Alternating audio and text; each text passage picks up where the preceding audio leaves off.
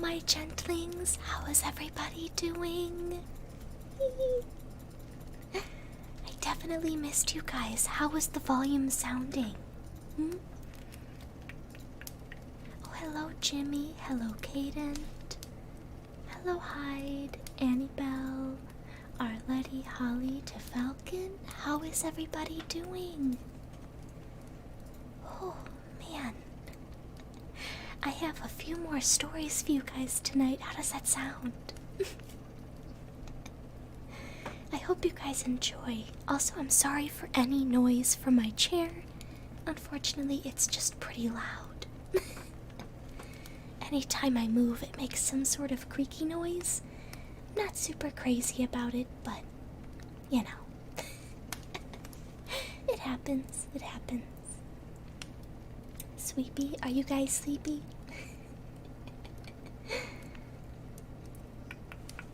I'm gonna go ahead and take a sippy really quick.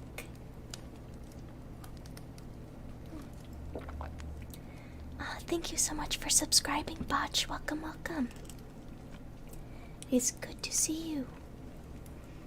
Nemu, nice to see you. It's nice to see you guys too. Nice to see you guys too.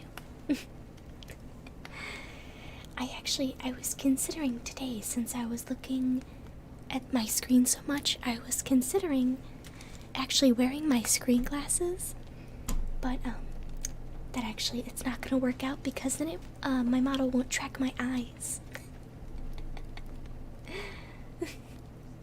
Chair Selma just wants it on the ASMR. You know what? That's fair. That's fair. Oh my gosh, let's see. Hello, Nemo. Really, really appreciate the new streaming hour. I can actually get some sleep before I get to tune in. Oh, that's good. That's good, that's good. I'm glad to hear. Let's see. Had a rough day, ready to be comfy? Oh, I'm glad. I'm glad. Let me see really quick if I can just turn off my notifications. I don't want him to wake up anybody mid-sleep. Alright, there we go. There we go. That should be good now. Oh my gosh, thank you, Tardigradu. Tardigradu. I hope I'm saying that right. Thank you. Thank you for following. Are you reading a story? I will be reading some stories. Yes, yes, yes. Say I farted, but I didn't. That would be lying.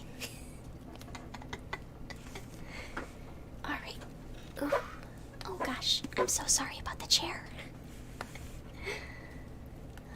Let's see, it was a long day now that my brother came and ready for bed.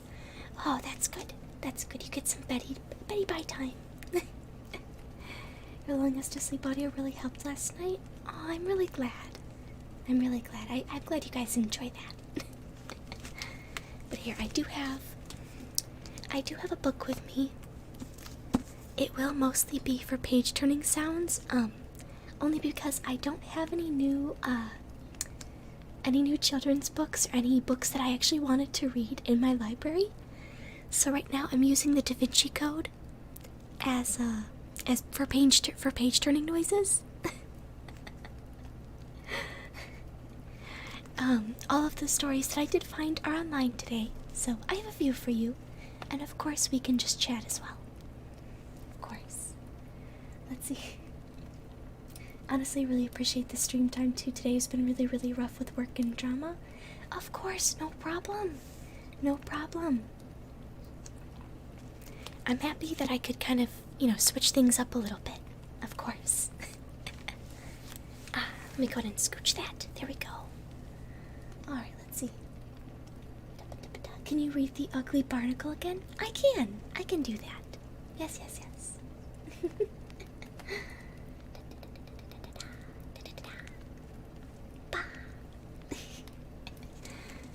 me see.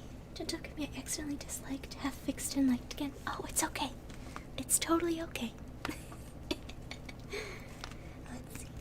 I'll be doing my dailies. Oh, yes, get your dailies done, for sure. For sure. Let's see, can you read 7 Shades of Grey or whatever the number is? I actually do not have that book. I do not. I've read it before. It was not the worst book that I've read, but it certainly was not the best. Oh my gosh. Alright, well, let's see. Why did I think this would be ASMR where we talk about string theory? Oh no, no string theory today. Unfortunately, I don't know much about string theory. I'm so sorry. Let me go ahead and open the book.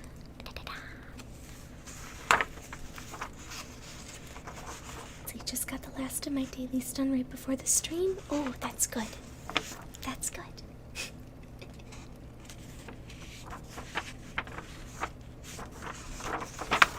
Alright, let's see. I'm here. Oh my gosh, welcome, welcome. Yes, welcome everybody who's just joined in. I'm going to start with actually our first story right now. And so you should read To Kill a Mockingbird. If I actually had it on paperback, I totally would. But I don't, and it's kind of hard to find free books online, to be honest. I've had quite the time trying to find good books online to read to you guys. Let's see, hello, oh, hello Michael, welcome, welcome, and Kronos, welcome. Let's see, I'm gonna go ahead and take a sippy, and then we will begin on our first book.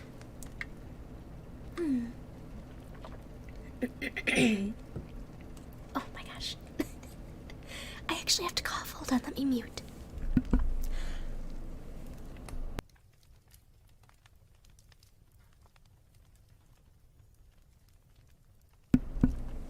Okay, I'm back. I'm so sorry. I had to cough really loud and I didn't want to cough in your guys' ears. Alright, let's see. So the first story that I'm going to read for you guys is The Emperor's New Clothes. Let me see. I'm going to put this right over here. There we go. Okay.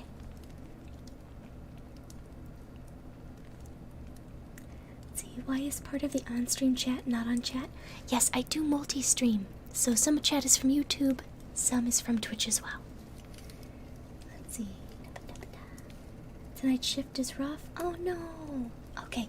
Well, I'll go ahead. I will get in the story. Hopefully this will help you guys for those who've had a bad day. So let me go ahead and do this. We are going to be reading The Emperor's New Clothes. It's a short story. It's about 10 minutes. And I will go ahead and let you know what it's about. A brief synopsis, I guess. So it is a cautionary tale from 1837, and its message kind of resounds very clearly today. The Emperor's New Clothes is about two poor and opportunistic weavers out to make a fool of a king and his entourage. Thankfully not everybody buys in, but that's the plot of the story. Let's see. I wish I could show you guys the pictures. I really do. Let's see. Many, many years ago, there was an emperor who was excessively fond of new clothes, that he spent all his money in dress. He did not trouble himself in the least about his soldiers, nor did he care to go either to the theater or the chase, except for the opportunities that afforded him for displaying his new clothes. He had a different suit for each hour of the day, and as any of the other kings or emperors would say, one is accustomed to say, he is sitting in council. It was always said to him, the emperor is sitting in his wardrobe.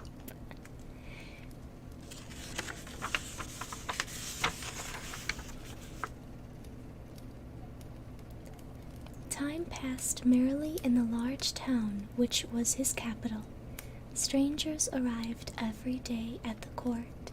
One day, two rogues, calling themselves weavers, made their appearance. They gave out that they knew how to weave stuffs of the most beautiful colors and elaborate patterns. The clothes manufactured from which should have the wonderful property of remaining invisible to everyone who was unfit for the office he held, or who was extraordinarily simple in character. Emperor sounds like an Instagram influencer. You know what? He might have been a baddie back in his day. We never know. These must indeed be splendid clothes, thought the Emperor. Had I such a suit, I might at once find out what men in my realms are unfit for their office, and also be able to distinguish the wise from the foolish. This stuff must be woven for me immediately. And he caused large sums of money to be given to both the weavers in order that they might begin their work directly.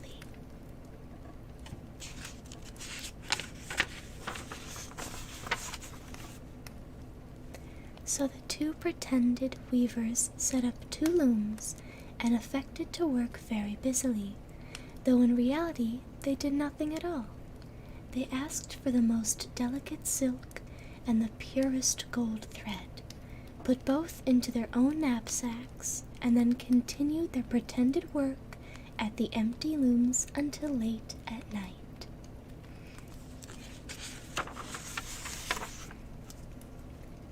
I should like to know how the weavers are getting on with my cloth, said the Emperor to himself.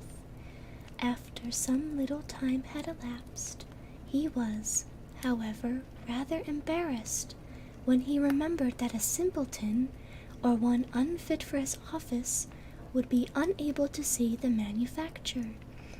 To be sure, he thought he had nothing to risk in his own person, but yet he would prefer sending somebody else to bring him intelligence about the weavers and their work before he troubled himself in the affair. All the people throughout the city had heard of the wonderful property the cloth was to possess, and all were anxious to learn how wise or how ignorant their neighbors might prove to be. I will send my faithful old minister to the weavers, said the Emperor at last, after some deliberation. He will be the best able to see how the cloth looks, for he is a man of sense, and no one can be more suitable for his office than he is.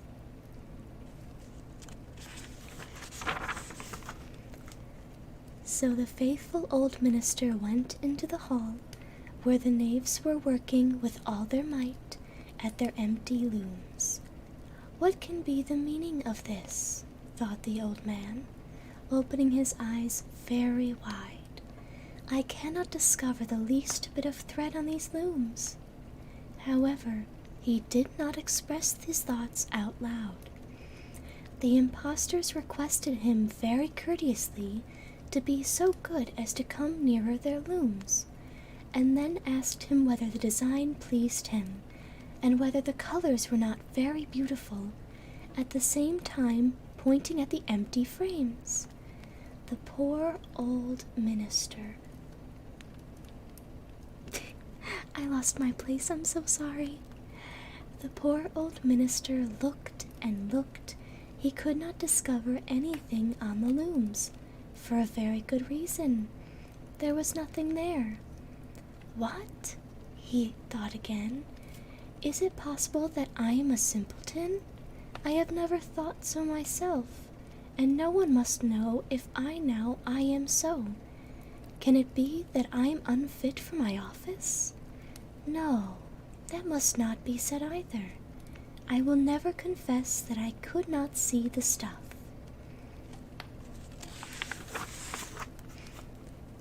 Well, Sir Minister, said one of the knaves, still pretending to work, you do not say whether the stuff pleases you. Oh, it is excellent, replied the old minister, looking at the loom through his spectacles. This pattern, and the colors, yes, I will tell the Emperor without delay how very beautiful I think of them.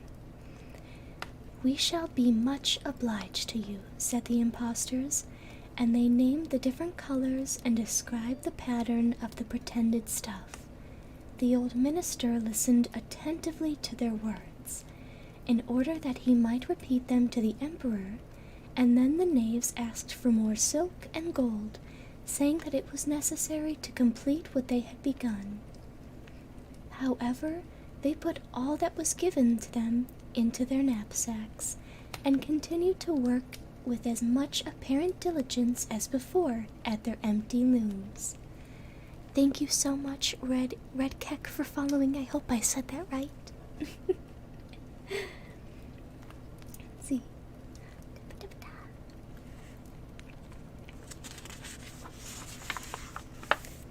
The emperor now sent another officer of his court to see how the men were getting on, and to ascertain whether the cloth would soon be ready. It was just the same with this gentleman as it was with the minister. He surveyed the loom on all sides, but could see nothing at all but the empty frames. Does not the stuff appear as beautiful to you as it did to my lord the minister? Asked the impostors of the emperor's second ambassador, at the same time making the same gestures as before, and talking of the design and colors which were not there.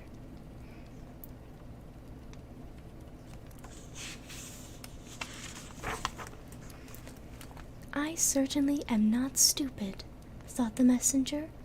It must be that I am not fit for my good, profitable office. That is very odd, however. No one shall know anything about it. And accordingly he praised the stuff he could not see, and declared that he was delighted with both colors and patterns. Indeed, please your imperial majesty, said he to his sovereign when he returned, the cloth which the weavers are preparing is extraordinarily magnificent.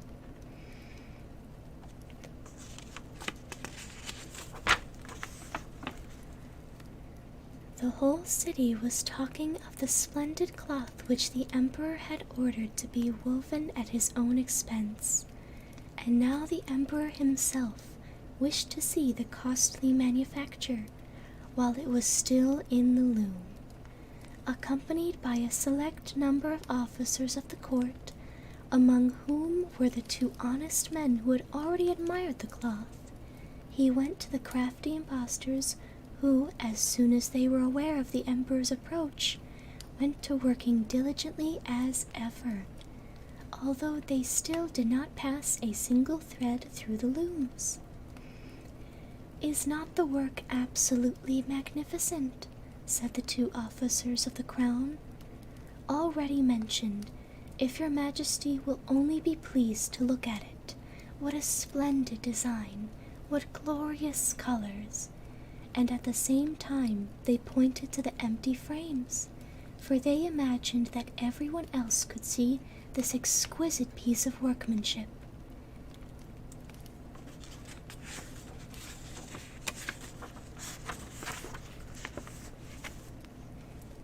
How is it, said the emperor to himself, I can see nothing. This is indeed a terrible affair. Am I a simpleton, or am I unfit to be an emperor? That would be the worst thing that could happen. Oh, the cloth is charming, he said aloud. It has my complete approbation. And he smiled most graciously and looked closely at the empty looms, for on no account would he say that he could not see what the two officers of his court had praised so much.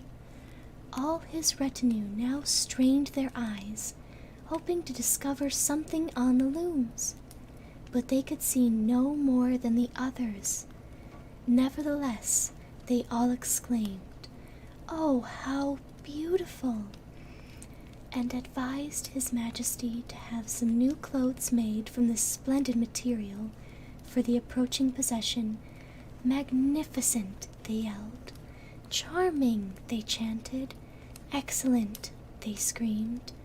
Resounded on all sides, and everyone was uncommonly gay. In this context that just means delighted. The emperor shared in the general satisfaction and presented the impostors with the riband of an order of knighthood to be worn in their buttonholes, and the title of Gentlemen Weavers.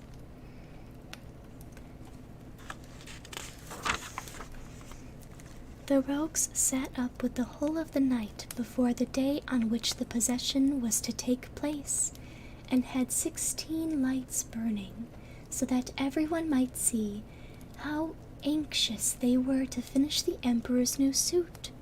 They pretended to roll the cloth off the looms, cut the air with their scissors, and sewed with needles without any thread in them. "See," cried they at last, "the emperor's new clothes are ready."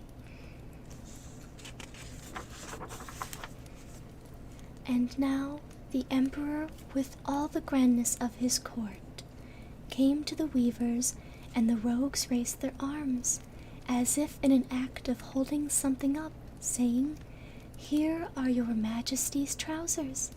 Here is the scarf. Here is the mantle. The whole suit is as light as a cobweb. One might fancy one has nothing at all on, when dressed in it. That, however, is the great virtue of this delicate cloth." Thank you so much, Melody, for following as well. Thank you.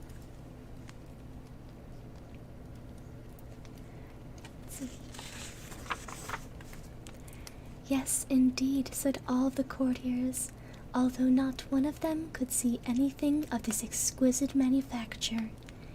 "If your imperial majesty will be graciously pleased to take off your clothes, we will fit on the new suit in front of the looking-glass." The emperor was accordingly undressed, and the rogues pretended to array him in his new suit, the emperor turning around from side to side before the looking-glass. "How splendid his majesty looks in his new clothes, and how well they fit," everyone cried out. "What a design! What colors! These are indeed royal robes." "The canopy which is to be borne over your majesty in the possession is waiting," announced the chief master of the ceremonies. "I am quite ready," answered the emperor. "Do my new clothes fit well?" asked he, turning himself round again before the looking-glass, in order that he might appear to be examining his handsome suit. The lords of the bedchamber, who were to carry his majesty's train, felt about on the ground as if they were lifting up the ends of the mantle, and pretended to be carrying something, for they would by no means betray anything like simplicity or unfitness for their office.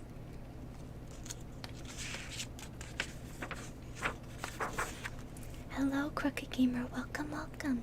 It's good to see you.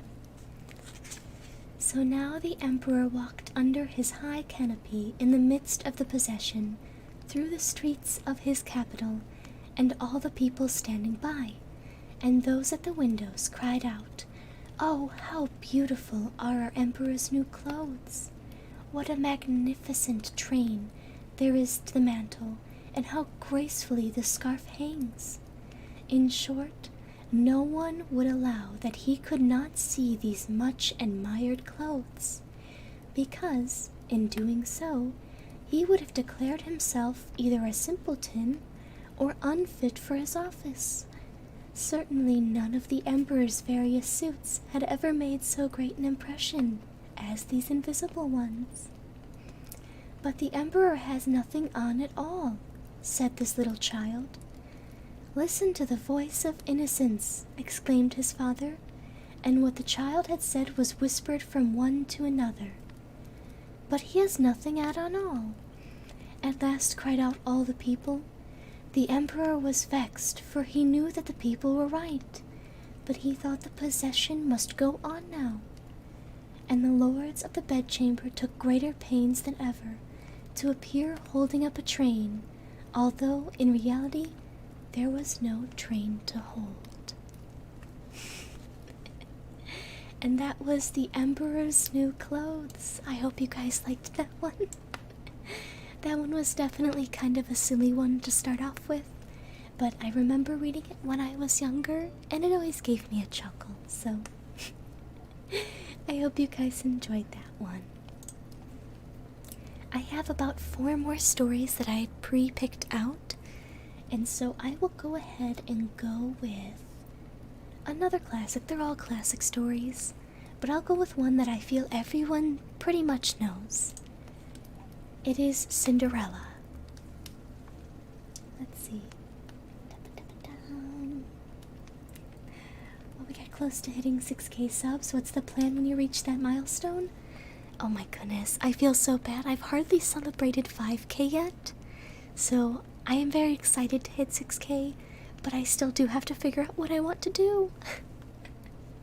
I need some ideas though. I need to know what you guys want to celebrate. So you guys can let me know in the comments or whichever. But I will go ahead and I will start on a Cinderella story. I'm actually gonna take a sippy really quick.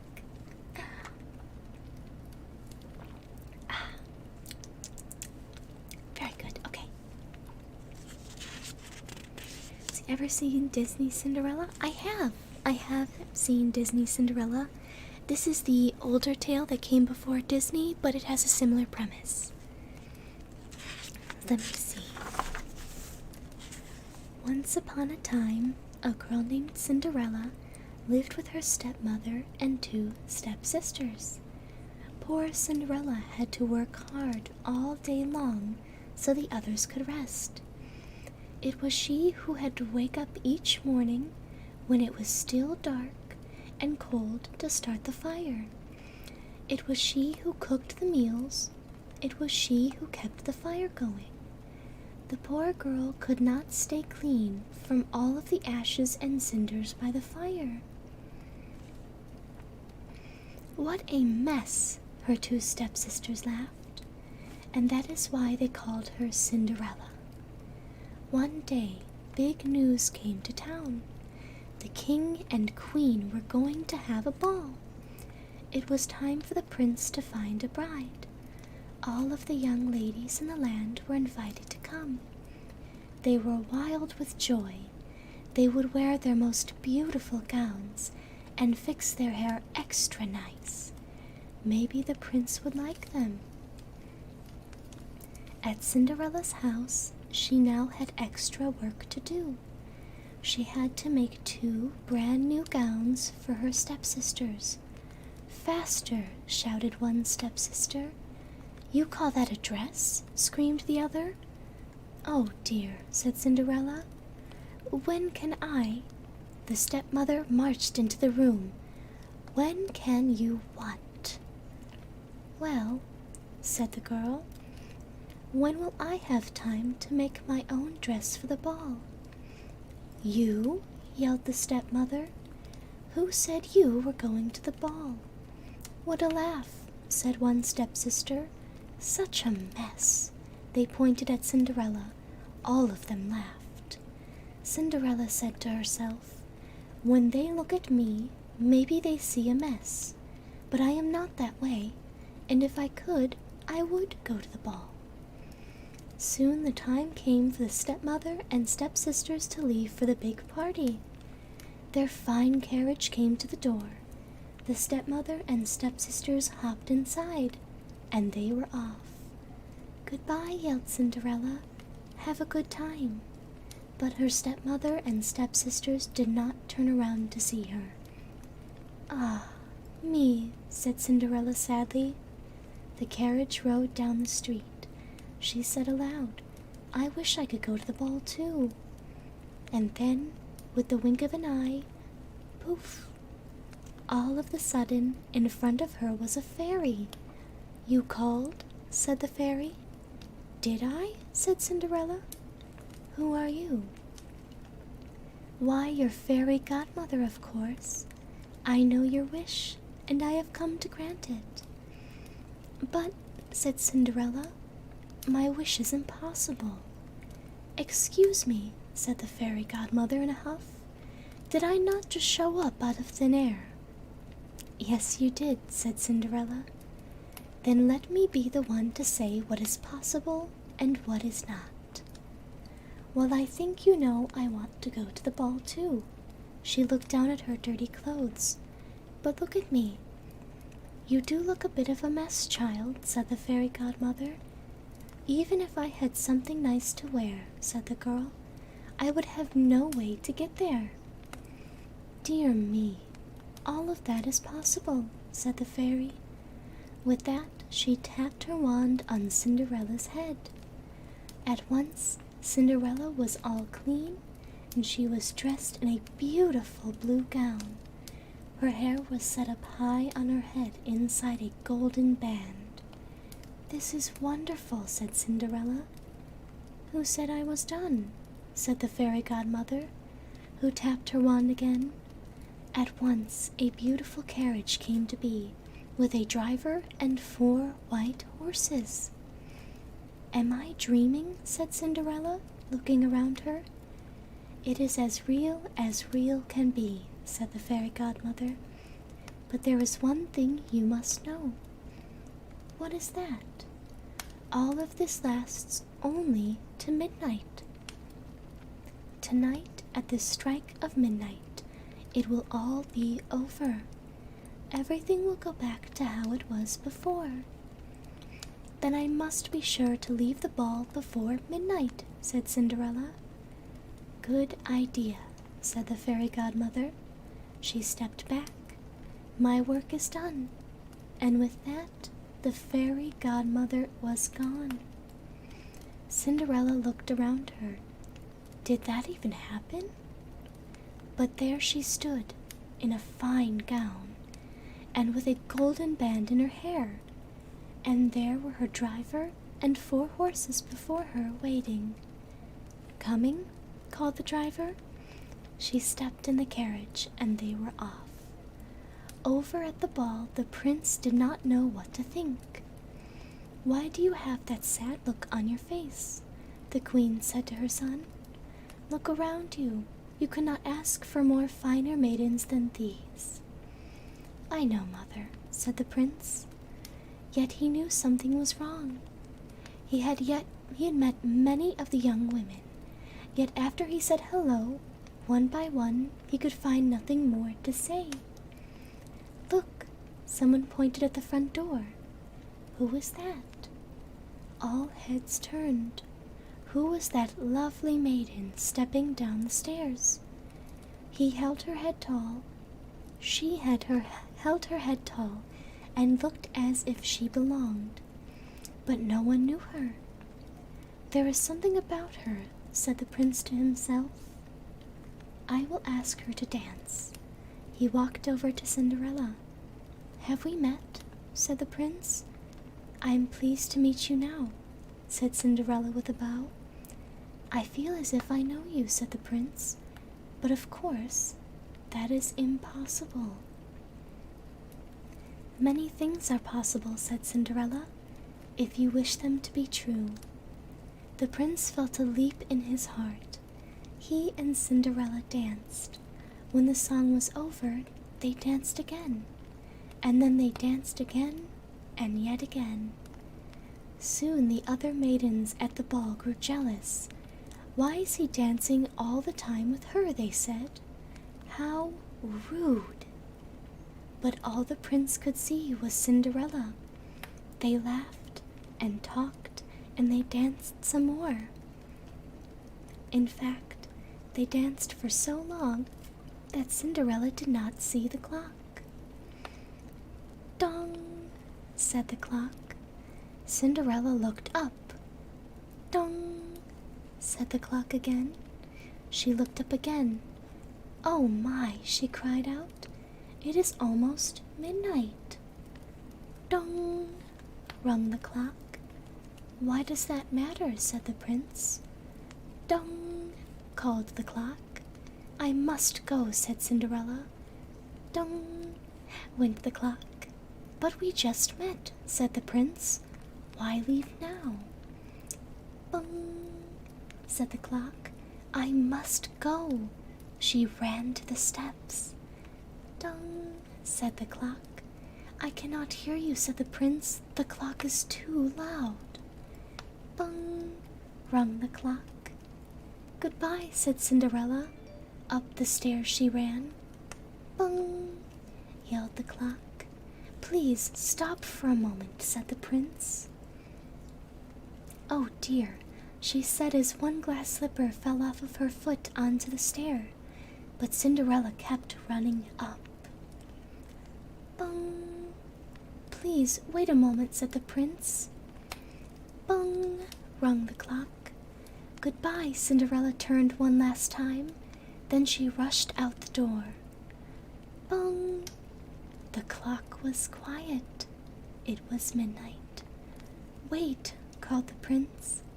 He looked up her glass slipper and rushed out the door. He looked around, but could not see her blue dress anywhere. This is all I have left from her, he said. Looking down at the glass slipper, he saw that it was made in a special way, to fit a foot like none other. Somewhere there is the other glass slipper, he said, and when I find it, I will find her too. Then I will ask her to be my bride. From hut to hut, from house to house, went the prince. One young woman after another tried to fit her foot inside the glass slipper, but none could fit. And so the prince moved on. I'm gonna adjust my screen really quick. I'm so sorry. There we go. Okay, let's see. She used the secret Joe Star technique. Oh gosh. Oh my goodness. Let's see, where are we? Also, I've been forgetting to turn the page. I'm so sorry. But welcome those who have just joined us. Welcome, welcome. Let me see. I will pick up where I left off. I promise. After a sip. Okay. At last the prince came to Cinderella's house. He is coming, called one stepsister as she looked out the window. At the door, screamed the other stepsister. Quick, yelled the stepmother. Get ready. One of you must be the one to fit your foot in that slipper, no matter what. The prince knocked. The stepmother flew open the door. Come in, she said. I have two lovely daughters for you to see. The first stepsister tried to place her foot in the glass slipper.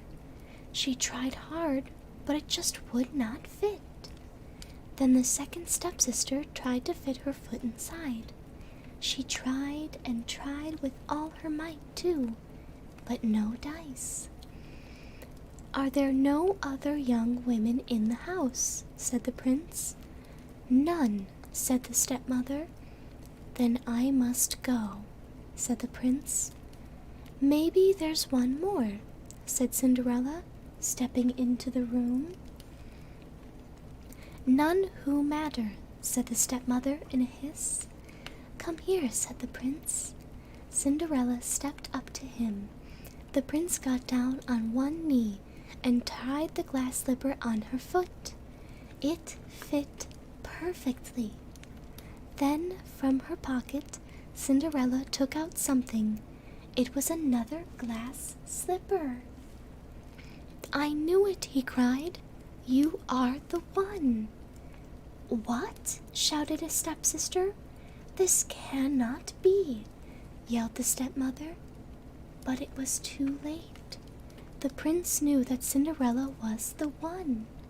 He looked into her eyes. He did not see the cinders in her hair or the ashes on her face. I found you, he said. And I have found you, said Cinderella. And so Cinderella and the prince were married, and they lived happily ever after. The end. Eee. We love a good happy ending. Let's see. But how are you guys doing? Are you feeling sleepy? Are you guys feeling relaxed? I hope this is nice for you guys. Oh my gosh, let's see.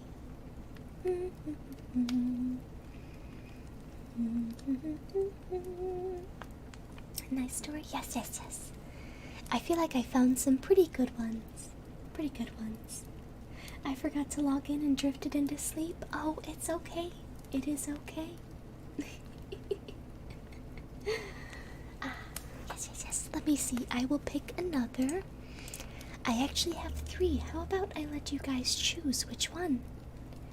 I'll let you guys choose. I do be relaxed. That's good. That's good, good, good. Let's see.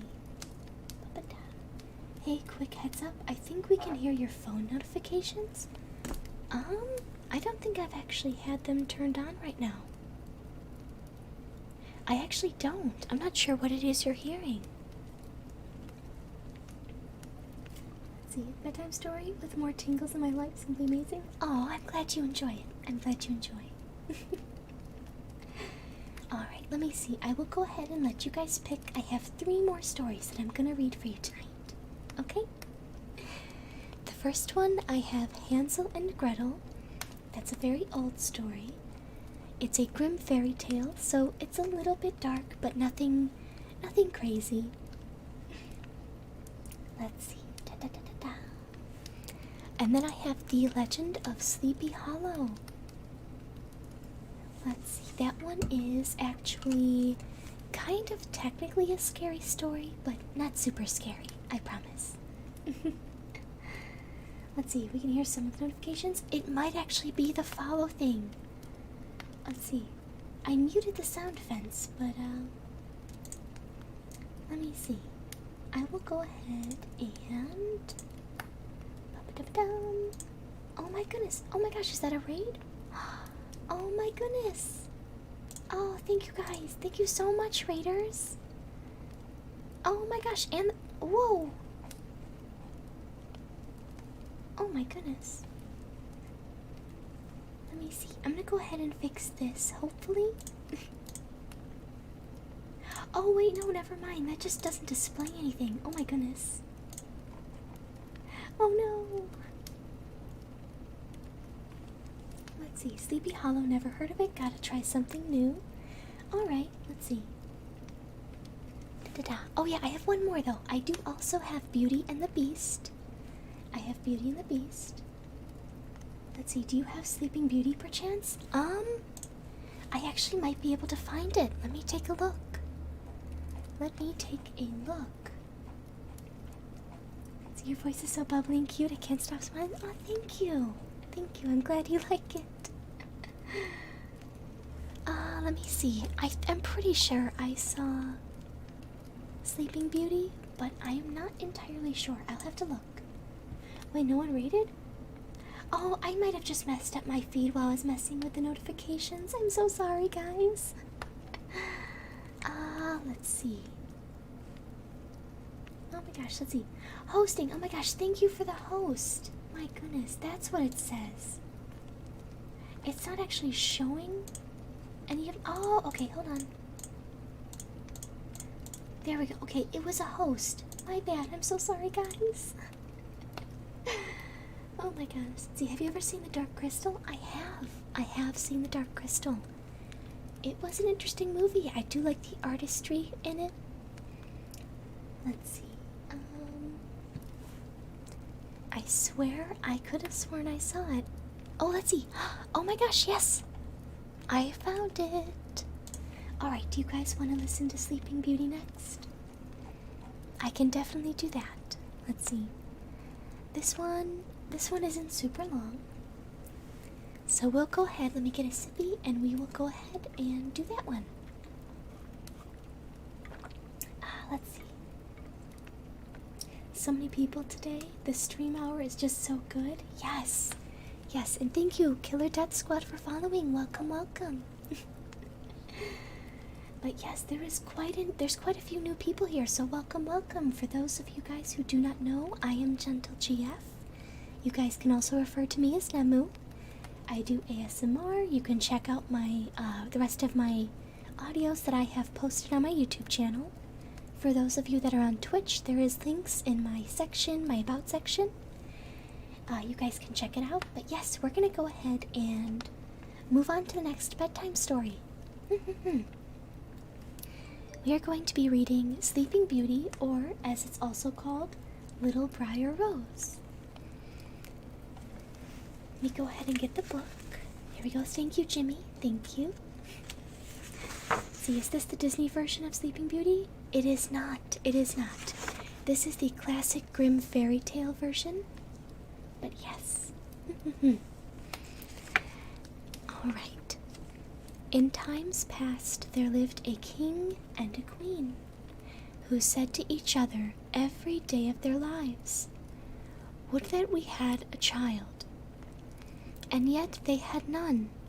But it happened once that when the queen was bathing, there came a frog out of the water, and he squatted on the ground and said to her, "Thy wish shall be fulfilled before a year has gone by.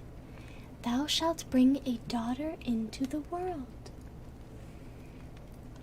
And as the frog foretold, so it happened, and the queen bore a daughter so beautiful that the king could not contain himself for joy, and he ordained a great feast. Not only did he bid to it his relations, friends, and acquaintances, but also the wise women, that they might be kind and favorable to the child. There were 13 of them in his kingdom, but as he had only provided 12 gold plates for them to eat from, one of them had to be left out.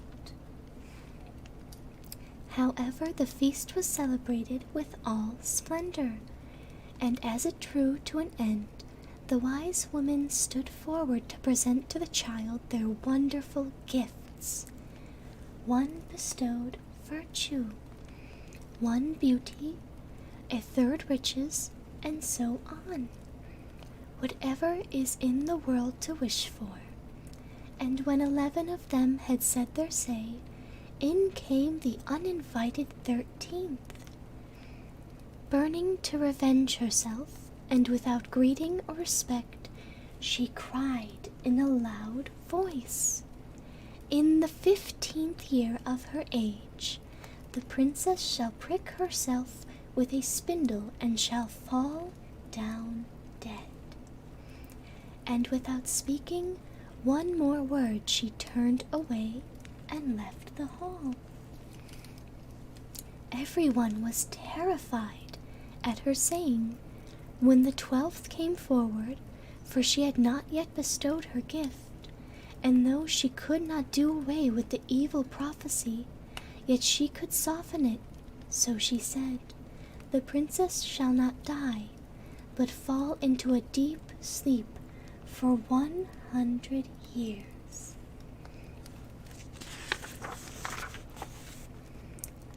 Now the king, being desirous of saving his child even from this misfortune, gave commandment that all of the spindles in the kingdom should be burnt.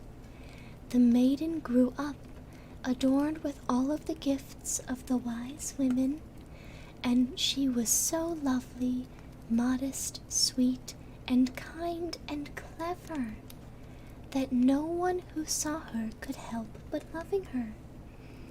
It happened one day, she being already 15 years old, that the king and the queen rode abroad, and the maiden was left behind alone in the castle. She wandered about into all of the nooks and corners, and into all of the chambers and parlors, as they fancy took her, till at last she came at an old tower. She climbed the narrow winding stair which led to a little door.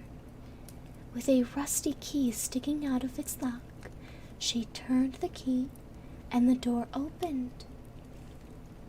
And there in the little room sat an old woman with a spindle, diligently spinning her flax.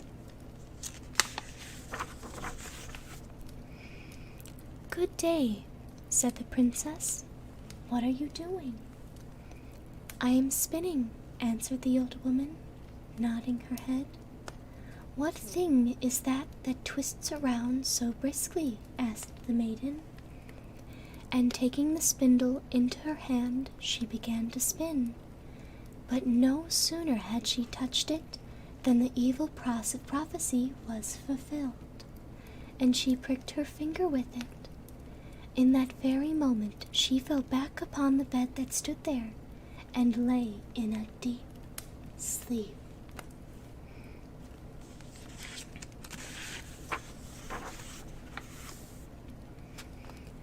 And this sleep fell upon the whole castle.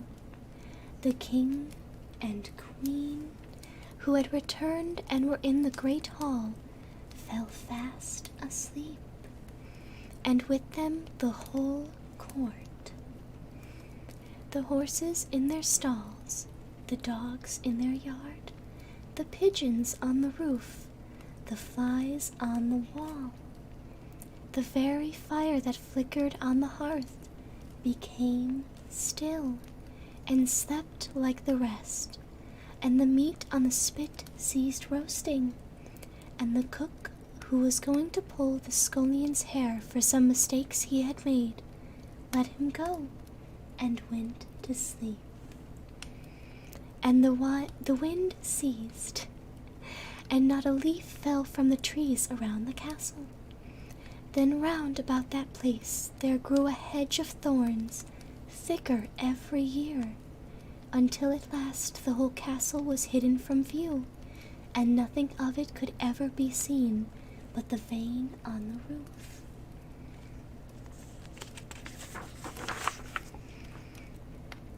A rumor went abroad in all that country of the beautiful sleeping Rosamond, for so was the princess called, and from time to time many kings' sons came and tried to force their way through the hedge, but it was impossible for them, for the thorns held fast together like strong hands, and the young men were caught by them, and not being able to get free, there died in a lamentable death. Oh gosh, this actually got a little dark.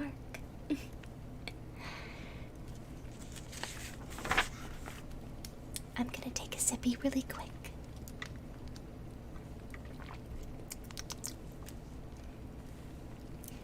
Many a long year afterwards, there came a king's son into that country, and heard an old man tell how there should be a castle standing behind the hedge of thorns, and that there a beautiful enchanted princess named Rosamond had slept for 100 years. And with her the king and queen and the whole court. The old man had been told by his grandfather that many kings' sons had sought to pass the thorn hedge, but had been caught and pierced by the thorns, and had died a miserable death. Then said the young man, "Nevertheless, I do not fear to try. I shall win through and see the lovely Rosamond." The good old man tried to dissuade him, but he would not listen to his words, for now the 100 years were at an end, and the day had come when Rosamond should be awakened. When the prince drew near the hedge of thorns, it had changed into a hedge of beautiful large flowers, which parted and bent aside to let him pass, and then closed behind him in a thick hedge. When he reached the castle yard, he saw the horses and the brindled hunting dogs lying asleep, and on the roof the pigeons were sitting with their heads under their wings. And when he came indoors, the flies on the wall were asleep. The cook in the kitchen had his hand uplifted to strike the scullion, and the kitchen maid had the black fowl on her lap, ready to pluck.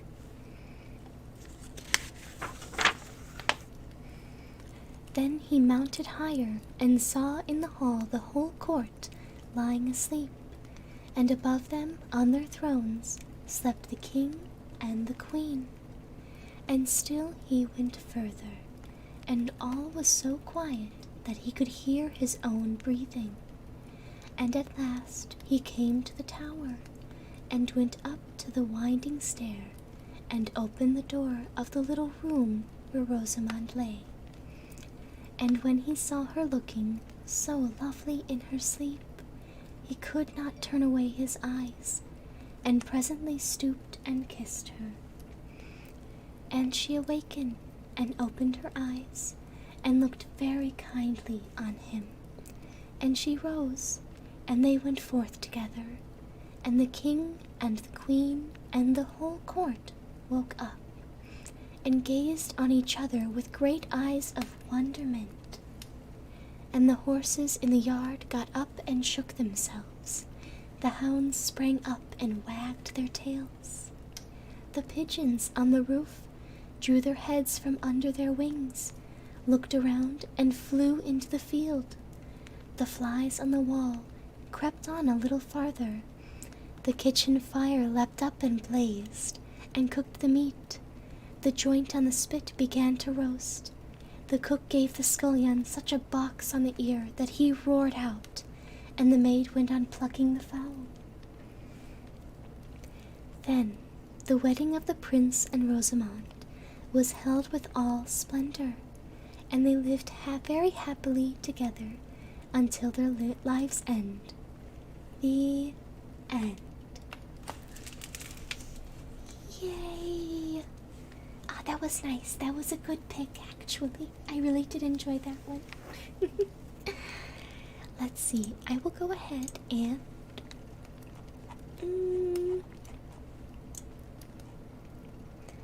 I think I will pick the next one. It will be Beauty and the Beast. Yes. See how desperate are these princes to go so far for someone they never met, that for all intents and purposes is a 114-year-old lady. You see, that is the question. That is a funny question. I think the implication is that she was frozen in time, so she didn't age. But it's interesting. It's definitely an interesting story.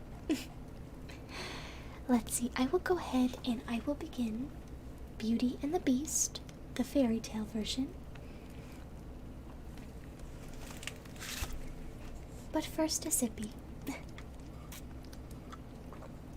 The story was ridiculous in its ending. You're not wrong. A lot of fairy tales do have a very silly ending. But let's see. Once upon a time, there was a very rich man who lived with his 3 daughters. The 2 older daughters laughed at anyone who did not dress as well as they did. If they were not going to a ball, they were shopping for as many fine dresses and hats as they could carry home. The youngest daughter, Beauty, liked to read most of all. "No one will want you," her 2 older sisters said, and they laughed. "Look at your hair. You look like a servant girl." Beauty did not know why they talked to her in a mean way, but she said nothing. One day, the father got some very bad news. He had spent all of his money on a ship that he sent out to sea for trade. He now learned that the ship was gone. Everything on it was lost.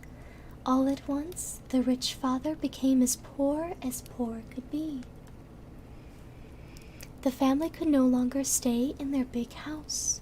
The house, its fine tables and chairs, and all of their fine things had to be sold. Also, good night, Tartaradoo. Good night. All the father had left was a little hut deep in the woods, so that is where he and his 3 daughters had to move. Living in the hut in the woods was hard work. Each day a fire had to be started, meals cooked, and the place cleaned up. The garden tended, and they fixed when they broke. Things needed to be fixed when they broke, pardon me.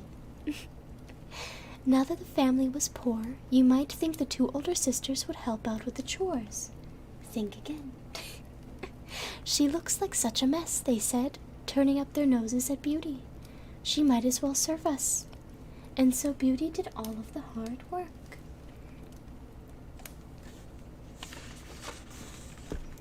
And then, good news.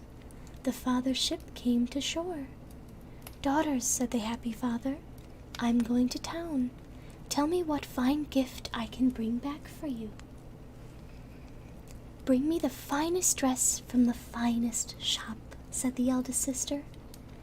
"I want one just like it," said the middle sister. "And you, Beauty?" he said. "All I want, father, is a single rose." "Can you believe her?" said the eldest sister. "What a fool," said the middle sister. They both laughed. "Girls," said the father, "if that is what Beauty wants, that is what I will bring back for her."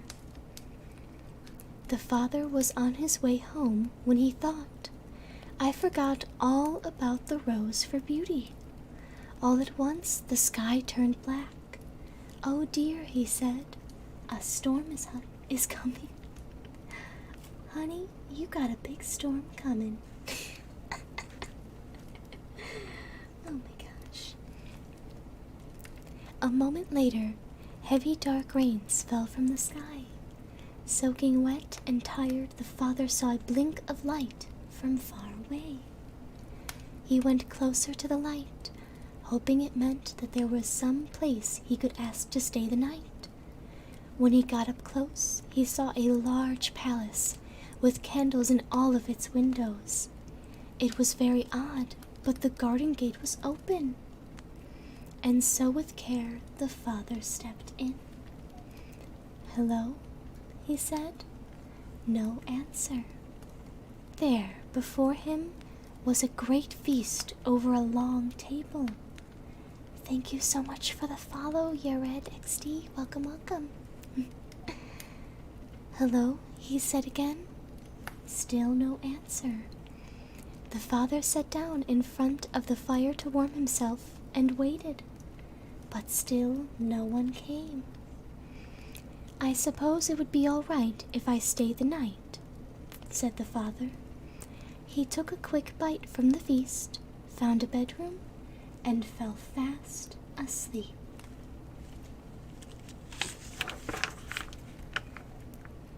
The next morning the table was laid again, but this time with breakfast. Again, most odd. No one was around.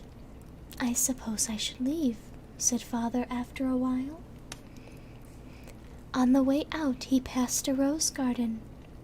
"I will take just one," said he, and he picked a rose for Beauty. Just then, a loud stomp came from behind him. Roared a voice, "You took my rose!" The father spun around. There before him was an awful, huge monster. "I'm sorry," he said. "I didn't know." "You will pay for this," the beast yelled. "You will die." The father fell on his knees. "Please," he begged, "do not kill me. I only picked the rose for one of my daughters." "Oh, so you have daughters," said the beast. Well, if one of them will come and stay here in this palace, you will be free. If not, you must return yourself in 3 months and take your punishment." When the father got home, Beauty could tell something was wrong. "What is it, father?" she said. "Oh, nothing," said he, but she knew that was not true. At last the father told the girls what the beast had said. "This has all happened because I asked you to bring home a rose," said Beauty. "I will go there in your place, or else you will die." "No, I cannot allow that," said the father. "I am old and don't have much longer to live. You are young. You must not do this for me." Beauty would not change her mind, and 2 days later the father took Beauty to the palace where the beast lived. "So this is your daughter," said the beast, looking at Beauty. Yes, she said, I will stay here, and that means my father is free to go. That is what you said. Yes, said the beast. The days were long, and there was no one for Beauty to talk to at the palace. Every night at 9, the beast would come for dinner. At first he would only grunt, and she said nothing. After all, it was not easy to be a prisoner, even if it was at a palace. Then one time at dinner, he made a little joke, and she smiled. Another time, he made a comment, and she looked him in the eye. After that, he would ask her about her day, and she would tell him. Not long after that, Beauty came to a part of the palace she had not seen before.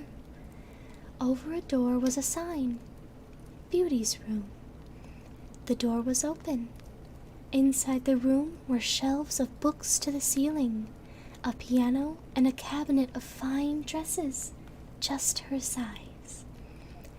Now there was so much to talk about at dinner. One night, at the end of dinner, Beast said, Beauty, I love you. Will you marry me? Beauty was shocked. Beast, you are my friend, my best friend, she said. But please understand, I do not want to marry you. Still, the beast asked her the same question after dinner, time after time, and each time Beauty said the same thing. One night, the beast said, Beauty, if you will not marry me, what can I do to make you happy? If you must know, she said, I would like to be able to see my father. I miss him so very much. The next night, the beast gave Beauty 2 magical items, a magic mirror and a magic ring.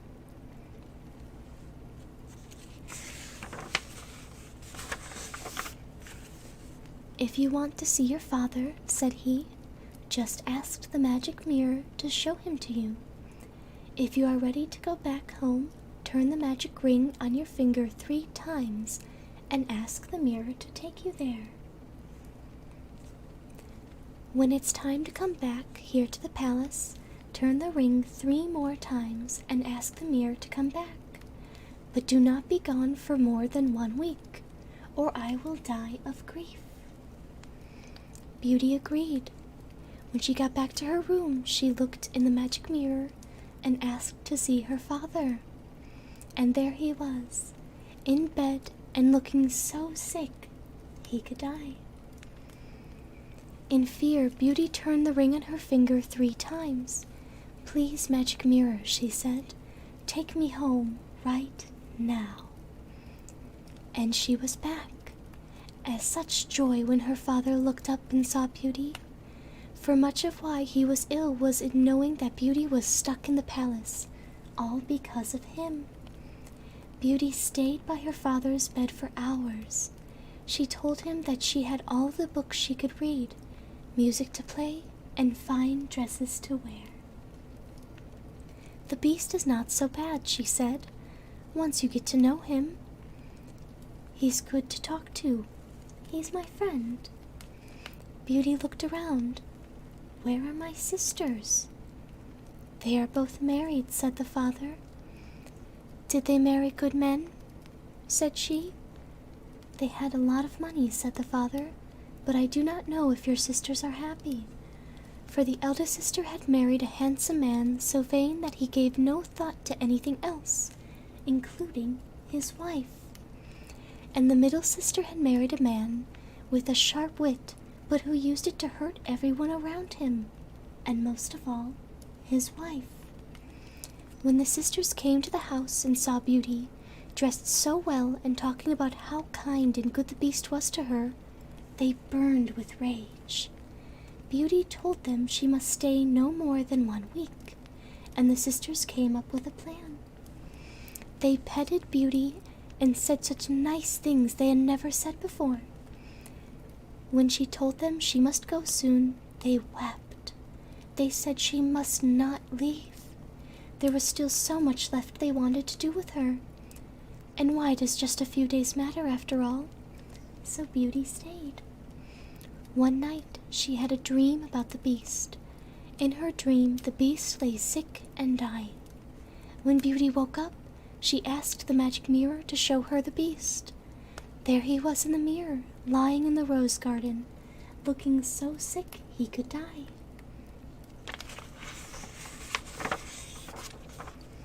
At once she turned the magic ring 3 times. "Take me back to the beast," she said. In a moment she was sitting next to the poor, sick beast, who could only gasp for air. "You've come back," said the beast, in a thick voice. "I'm sorry I'm late," said Beauty. "I could not bear the idea that you may not come back to me. I am afraid it is too late for me now." His eyes closed. "No," cried Beauty, "do not leave me." Just then she knew in her heart what was true. "I love you," she cried out. "Please come back. If only you come back, I will be your wife." Tears rolled down her cheeks. But then the beast opened his eyes. "Beauty," he said, "you did it." Thank you so much, Not Two Toddlers in a Trench Coat. Thank you for following. Welcome, welcome.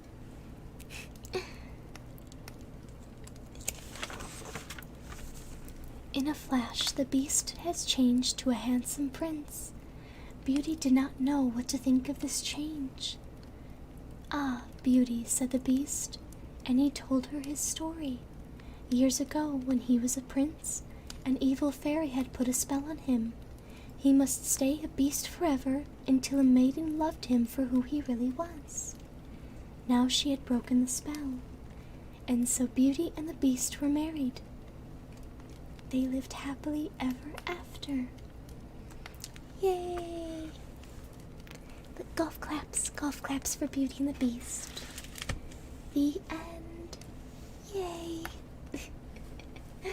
And in the end, Beauty discovered she very much liked his beast form. Oh no! Oh my goodness. Oh my gosh, guys. Alright, well, let me see. So I will not be reading The Legend of Sleepy Hollow, only because it says it takes around 50 minutes to read, and it's quite a long story, and it uses quite a bit of Old English, so I'm gonna skip on that one today. Alright, little sippy. And let's see. So I have, let's see, the last one that I'll go ahead and read for tonight. Nice, calm golf claps. Yes. Let's see. The last one I have is Hansel and Gretel. This is a grim fairy tale. It's pretty old. I feel like a lot of people have heard of this one, but if you have not, generally it's about 2 children that find a witch in the woods. I will go ahead and start. Let's see.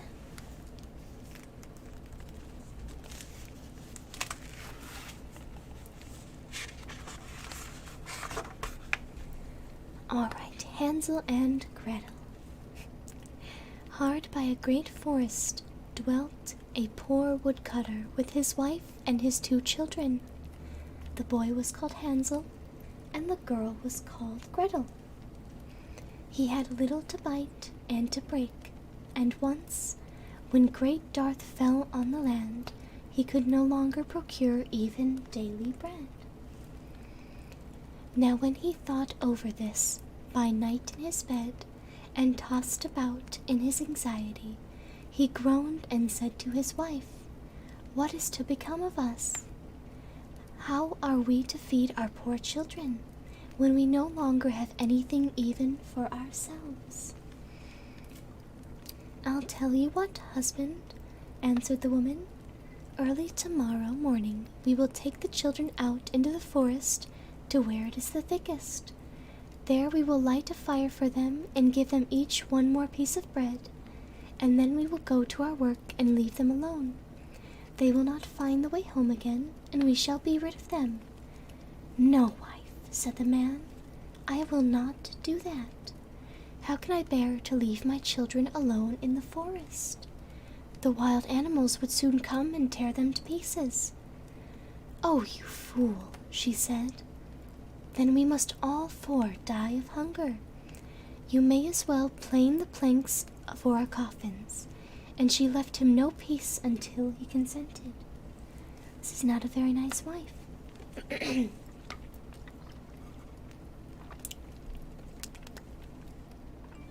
"But I feel very sorry for the poor children all the same," said the man. The two children had also not been able to sleep for hunger, and had heard what their stepmother had said to their father. Gretel wept bitter tears and said to Hansel, "Now all is over with us." "Be quiet, Gretel," said Hansel. "Do not distress yourself. I will soon find a way to help us." And when the old folks had fallen asleep, he got up, put on his little coat, opened the door below, and crept outside. The moon shone brightly, and the white pebbles which lay in front of the house glittered like real silver pennies. Hansel stooped and stuffed the little pocket of his coat with as many as he could get in. Then when he went back and said to Gretel, "Be comforted, dear little sister, and sleep in peace. God will not forsaken us." And he lay down again in his bed. When day dawned, but before the sun had risen, the woman came and awoke the two children, saying, "Get up, you sluggards. We're going into the forest to fetch wood." She gave each a little piece of bread and said, "There is something for your dinner, but do not eat it up before then, for you will not get anything else." Gretel took the bread under her apron, as Hansel had the pebbles in his pocket. Then they all set out together in the way of the forest. When they had walked a short time, Hansel stood still and peeped back at the house, and did so again and again. His father said, "Hansel, what are you looking at there and staying behind for? Pay attention and do not forget how to use your legs." "Ah, father," said Hansel, "I am looking at my little white cat, which is sitting up on the roof and wants to say goodbye to me." The wife said, "Fool, that is not your little cat. That is the morning sun, which is shining on the chimneys." Hansel, however, had not been looking back at the cat, but had been constantly throwing one of the white pebble stones out of his pocket on the road. When they had reached the middle of the forest, the father said, "Now, children, pile up some wood, and I will light a fire that you may not be cold." Hansel and Gretel gathered bushwood together, as high as a little hill. The bushwood was lighted, and when the flames were burning very high, the woman said, "Now, children, lay yourselves down by the fire and rest. We will go into the forest and cut some wood. When we have done, we will come back and fetch you right away." Hansel and Gretel sat by the fire, and when no one came, each ate a little piece of bread. And as they heard the strokes of the wood axe, they believed that their father was near. It was not an axe, however, but a branch that had been fastened with a withered tree, which the wind was blowing backwards and forwards. And as they had been sitting such a long time, their eyes closed with fatigue, and they fell fast asleep. When at last they awoke, it was already dark night. Gretel began to cry and said, "How are we to get out of the forest now?" But Hansel comforted her and said, "Just wait a little until the moon has risen, and then we will soon find the way." And when the full moon had risen, Hansel took her little sister by the hand and followed the pebbles, which shone like newly coined silver pieces, and showed them the way. They walked the whole night long, and by break of day came once more to their father's house. They knocked on the door, and when the woman opened it and saw that it was Hansel and Gretel, she said, "You naughty children, why have you slept so long in the forest? We thought you were never coming back at all." The father, however, rejoiced, for it had cut him to the heart to leave them behind alone. Not long afterwards, there was once more great dearth throughout the land, and the children heard their mother saying at the night to their father, "Everything is eaten again. We have 1/2 loaf left, and that is the end. The children must go. We will take them farther into the woods, so that they will not find their way out again. There is no other means of saving ourselves." The man's heart was heavy, and he thought, "It would be better for you to share the last mouthful with your children." The woman, however, would listen to nothing he had to say, but scolded and reproached him. "He who says A must say B likewise, and as he had yielded the first time, he had to do so a second time also." The children, however, were still awake and had heard the conversation. When the old folks were asleep, Hansel got up again and wanted to go out and pick up pebbles as he had done before. But the woman had locked the door, and Hansel could not get out. Nevertheless, he comforted his little sister and said, "Do not cry, Gretel. Go to sleep quietly. The good God will help us." Early in the morning came the woman, and took the children out of their beds. Their piece of bread was given to them, but it was still smaller than the time before. On the way into the forest, Hansel crumbled his pocket, and often stood still and threw a morsel on the ground. "Hansel, why do you stop and look around?" said the father. "Go on." "I am looking back at my little pigeon which is sitting on the roof, and wants to say goodbye to me," answered Hansel. "Fool," said the woman, "that is not your pigeon. That is the morning sun that is shining on the chimney." Hansel, however, little by little, threw all the crumbs on the path. The woman led the children still deeper into the forest, where they had never in their lives been seen before.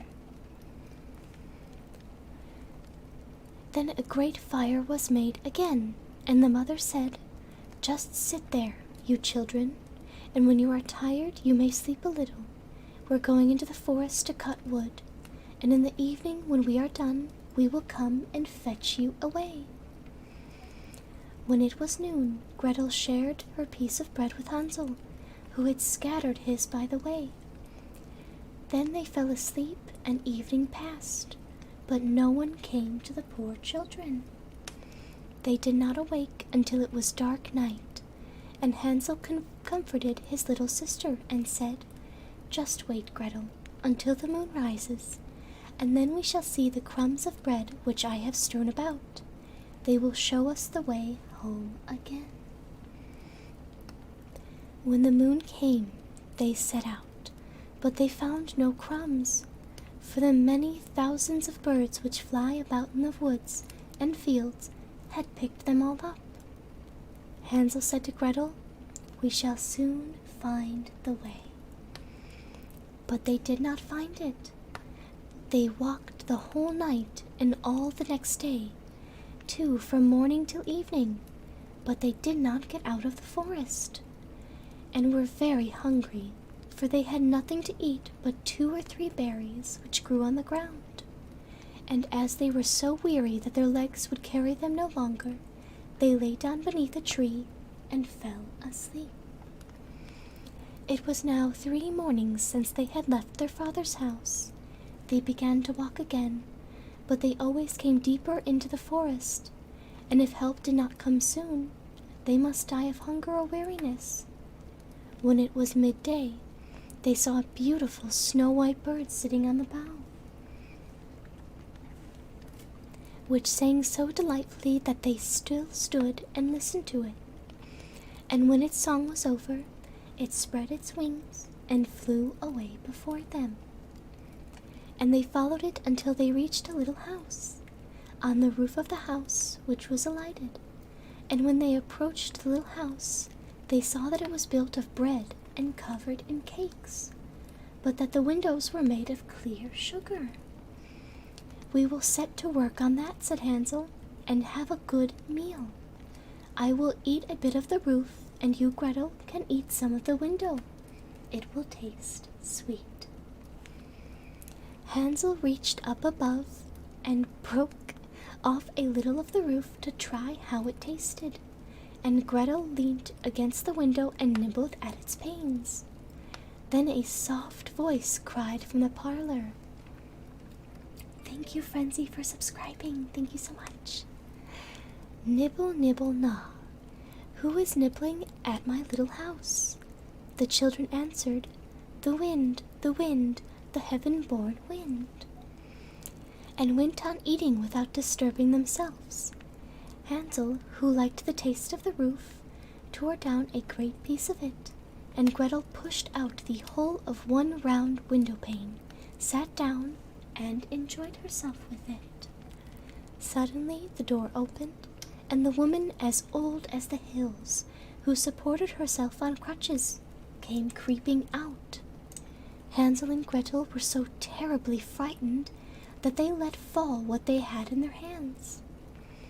The old woman, however, nodded her head and said, "Oh, you dear children, who has brought you here? Do come in and stay with me. No harm shall happen to you." She took them both by the hand and led them to her little house. Then good food was set before them, milk and pancakes, with sugar, apples, and nuts. Afterwards, 2 pretty little beds were covered with clean white linen, and Hansel and Gretel lay down in them, and thought they were in heaven. The old woman had only pretended to be so kind, though.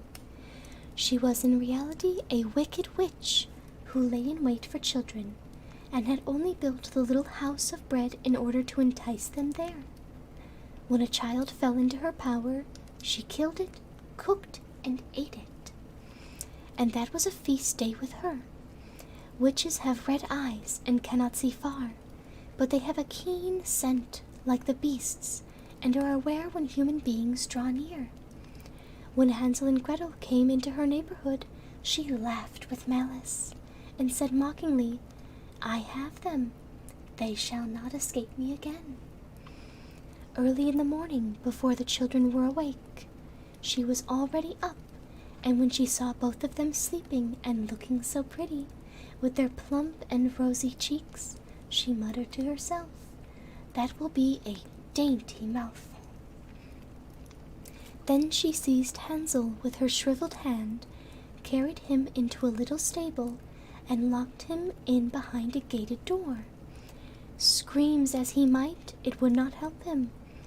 Then she went to Gretel, shook her till she awoke, and cried, "Get up, lazy thing, fetch some water and cook something good for your brother. He is in the stable outside, and is to be made fat. And when he is fat, I will eat him." That just doesn't sound very good at all. Gretel began to weep bitterly, but it was all in vain, for she was forced to do what the wicked witch commanded. And now the best food was cooked for poor Hansel, but Gretel got nothing but crab shells. Every morning the woman crept to the little stable and cried, "Hansel, stretch out your fingers that I may feel if you will soon be fat." Hansel, however, stretched out a little bone to her, and the old woman, who had dim eyes, could not see it, and thought it was Hansel's finger, and was astonished that there was no way of fattening him. When 4 weeks had gone by, the Hansel still remained thin. She was seized with impatience and could not wait any longer. "Now then, Gretel," she cried to the girl, "stir yourself and bring some water. Let Hansel be fat or lean, tomorrow I will kill him and cook him." And now the poor little sister did lament when she had to fetch the water, and how her tears did flow down her cheeks. "Dear God, do help us," she cried. "If the wild beasts in the forest had but devoured us, we should at any rate have died together." Just keep your noise to yourself, said the old woman. It won't help you at all. Early in the morning, Gretel had to go out and hang up the cauldron with the water and light the fire. We will bake first, said the old woman. I have already heated the oven and kneaded the dough.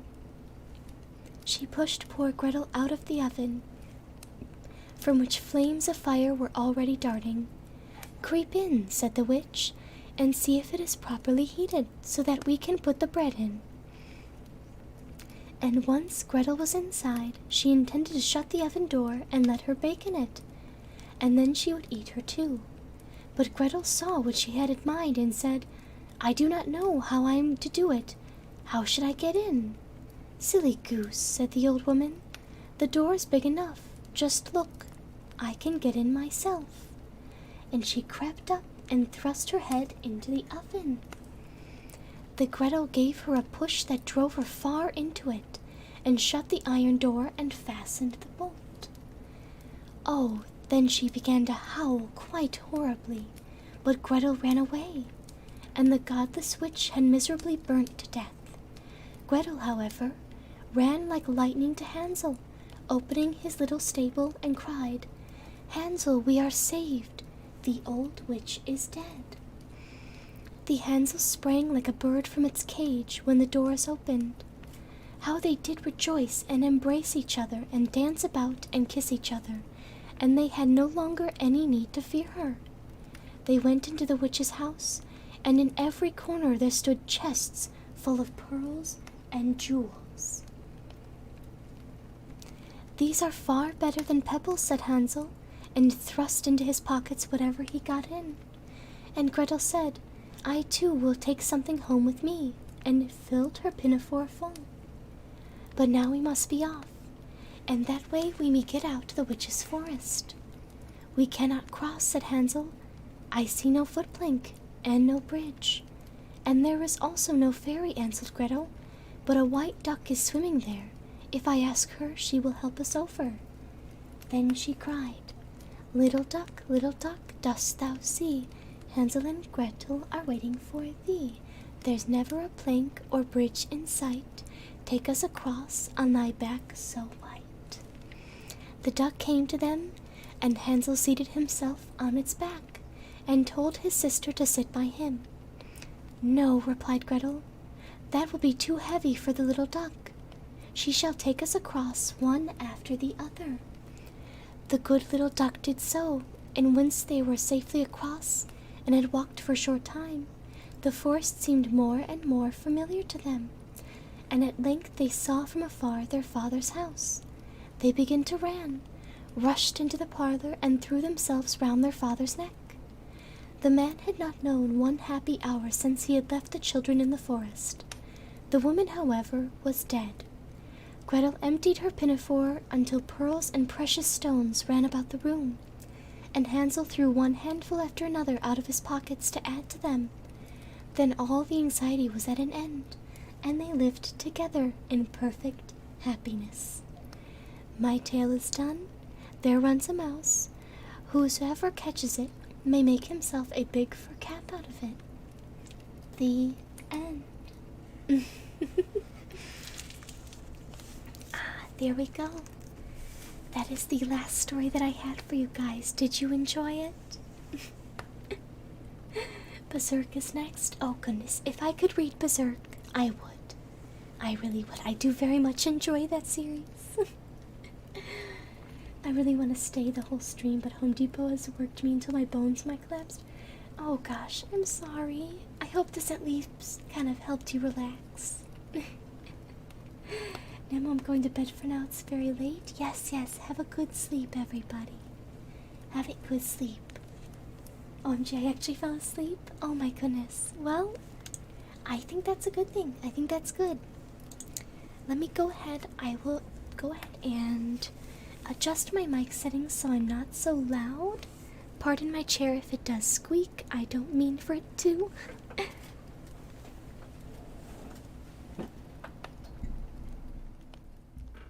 There we go. I think that sounds a little bit better. Let's see. Oh gosh, there we go. How is everything sounding? Is everything okay? Is anything too loud? Let's see. That was really lovely. Oh, I'm glad. I'm glad you enjoyed it. I really do. Let me see. So, I think, unfortunately, I finished the stories a little bit sooner than I had anticipated. But I can go ahead and pass the stream on to another VTuber who is doing ASMR. Does that sound okay? Would that be something you guys are interested in? Or would you like something that maybe is a bit more upbeat? I don't mind either way. Gosh, let's see. I wish I'd fallen asleep. I was so close. Oh my goodness. So close. Let's see. Thank you, Custom Elvis, for following. Thank you, thank you. And Frenzy, I'm not sure if you're still here. You followed about 10 minutes ago, but thank you. Let's see. Finally home from work? Ah, yes. Let's see. We have... Ooh. I'm not sure if you guys are familiar, but if you do not want an ASMR stream, I could raid Mistress Kimrai. I'm not sure if we've actually ever raided her before, but she's just chatting today. She's quite fun. She's very fun. I very much do love her. I also have a couple other... I have someone doing ASMR as well. So go ahead and take your pick, guys. Take your pick. Let's see. Well, I'm gonna hit the sack. Good night. See you later. Good night. Yes, good night, Jonathan. Good night, good night. See, your voice is so soothing. It can stop a baby from crying. Oh, that's really sweet. Thank you. Let's see. I can go ahead and... Thanks, Mom. Yes, you're welcome, my children's. Thanks for the great stream, Nemu. What a blast, and Dev will help me wind down after chaotic day. Hope you have a great Thanksgiving. See you on Friday. Yes, thank you. All of you guys, for those who celebrate Thanksgiving, happy Thanksgiving coming up tomorrow. I hope you have a wonderful day with your family, as well as with friends. I know not everybody spends Thanksgiving with their family, instead has a Friendsgiving. But yes. I hope you guys all have a wonderful Thanksgiving.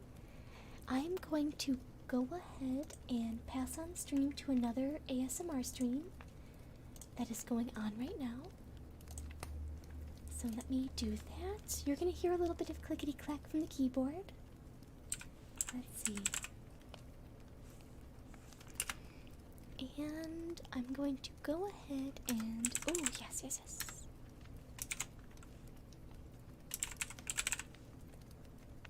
When are you gonna feed us turkey, Mama Nemu? I'm not a crazy huge fan of turkey, I'm gonna be honest. Not a crazy huge fan. I prefer ham. But let's see, I'm gonna go ahead and... We are gonna be rating ASMR Marie. So I hope you guys enjoy that. I will see you guys next stream. And I hope you all have a wonderful holiday and a wonderful night. Alright? Good night, everybody.